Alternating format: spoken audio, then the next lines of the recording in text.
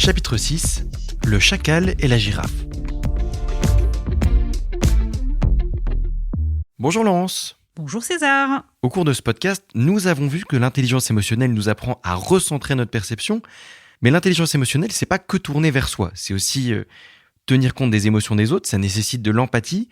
On voit bien que de l'intelligence émotionnelle à la communication non violente, il n'y a qu'un pas, et on va le franchir aujourd'hui avec deux animaux, le chacal et la girafe. Laurence, pourquoi ces animaux ? Alors pourquoi ces animaux ? C'est pas moi qui les ai choisis, mais c'est le père fondateur de la communication non violente, Marshall Rosenberg, qui a choisi ces deux animaux pour illustrer assez facilement quels sont nos deux comportements automatiques face à une situation. Alors pourquoi le chacal et pourquoi la girafe ? Alors, on va commencer par le chacal, si tu veux bien, et tu comprendras pourquoi j'ai commencé par celui-ci.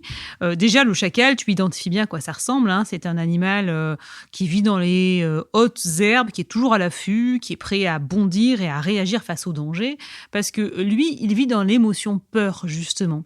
Et en réponse, il est dans la lutte, il est dans l'agression permanente, parce que son but ultime, c'est la survie. Et il doit survivre au milieu des autres, à la fois ceux qui sont différents de lui, mais aussi, il faut le savoir, ses propres congénères. Donc on a affaire à un animal qui se méfie beaucoup. C'est pas le cas de la girafe ? Non, c'est pas le cas de la girafe. Alors, notre chacal fonctionne à l'instinct. Je rajouterai, parce que c'est important, qu'il a une vision binaire des situations. Il oppose en général les choses.